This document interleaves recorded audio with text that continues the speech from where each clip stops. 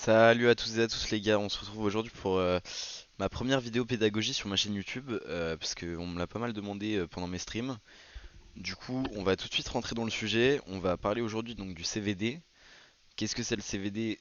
C'est le cumulative volume delta. Donc voilà, on va tout de suite passer à qu'est-ce que le CVD. Donc qu'est-ce que le CVD? Le CVD, faut faire attention dans un premier temps. Le CVD, il prend en compte que les ordres market. Donc il ne prend pas en compte les ordres limites, ok? C'est très important pour comprendre ce que c'est de différencier ces deux choses. Maintenant, comment est calculé notre CVD? Donc le CVD c'est le cumulatif volume delta, donc c'est le delta dans chaque bougie additionné au fur et à mesure. Donc comment est calculé un CVD?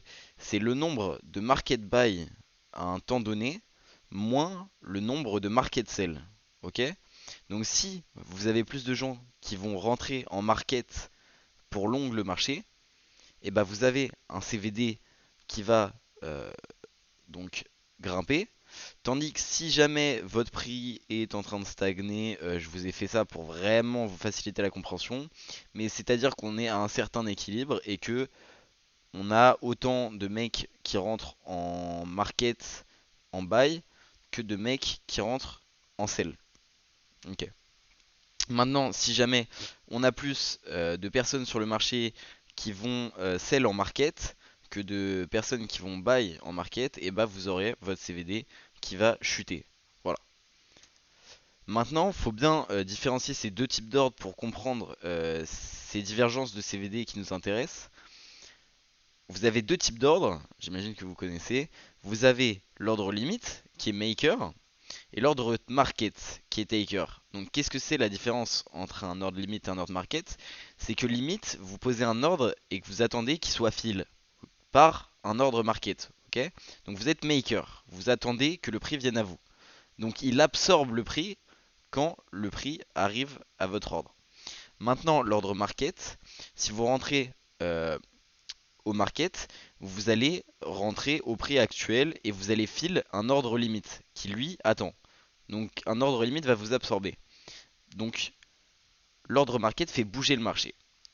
Car si vous avez beaucoup de personnes qui rentrent en market, ça va filer des ordres limites, et ça va vous faire grimper le prix ou chuter le prix selon du coup ces ordres market.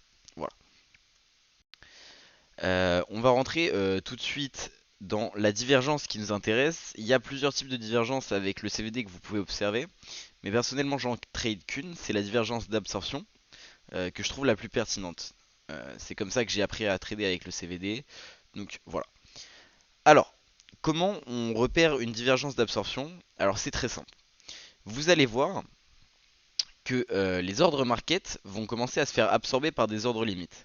Donc si votre prix est en train de grimper et que votre CVD grimpe aussi, mais que d'un coup le prix s'arrête de grimper tandis que le CVD continue d'augmenter, ça veut dire que vos ordres market, donc à l'achat, se font absorber en fait, se font absorber par des mecs qui attendent en sell limite. On rentrera dans les détails un peu après, je vous ai mis des exemples, donc vous inquiétez pas si c'est encore un peu confus. Mais voilà, du coup le CVD continue dans une direction, donc à la hausse ou à la baisse, mais le prix ne suit plus, ok? Ou suit un peu moins. Et ces divergences, qu'est-ce que ça va vous signaler? Ça va vous signaler du coup un potentiel changement de direction ou une potentielle faiblesse au niveau du prix. Ok?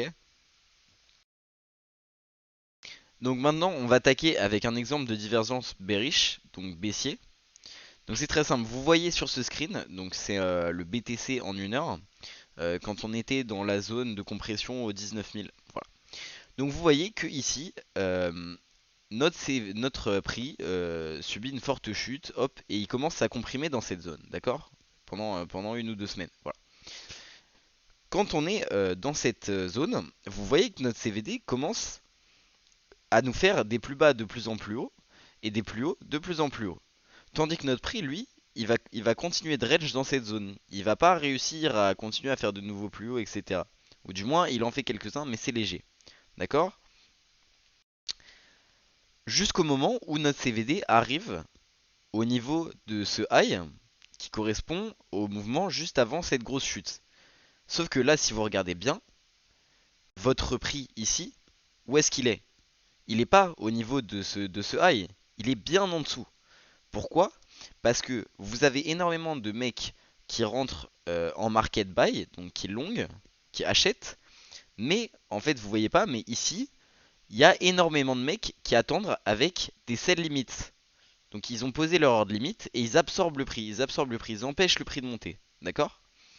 Jusqu'au moment où on épuise les acheteurs agressifs, on les épuise et le prix vient chuter. Et du coup, si vous combinez ça avec d'autres outils que vous utilisez, attention, il ne faut pas utiliser le CVD tout seul, toujours le combiner avec d'autres indicateurs, et bah du coup, vous auriez pu prendre un bon short à ce niveau-là et rider ce short pendant pas mal de temps. Voilà, donc à droite, vous pouvez voir absorption des acheteurs agressifs par des ordres limites vendeurs. CVD nous fait un plus haut, le prix ne fait pas de plus haut, I se fait absorber, du coup, ça chute. Maintenant, on va passer à un exemple de divergence bullish, donc haussier. Très simple. Si vous voulez mettre pause et essayer de faire le raisonnement tout seul, vous pouvez, ça peut être pas mal. Mais du coup, si on prend ce CVD, d'ailleurs ça marche un peu dans dans toutes les time frames, c'est pour ça que j'ai pris une en 1 heure et une en 15 minutes pour vous montrer. Notre CVD ici, qu'est-ce qu'il nous fait? Il nous fait des plus bas de plus en plus bas. D'accord? Des plus hauts de plus en plus bas. On est, du coup, vous allez me dire, on est dans une tendance baissière. Sauf que quand vous regardez votre prix, qu'est-ce que nous fait le prix? Il est en train de comprimer et on nous fait des plus bas de plus en plus haut. Qu'est-ce que ça signifie?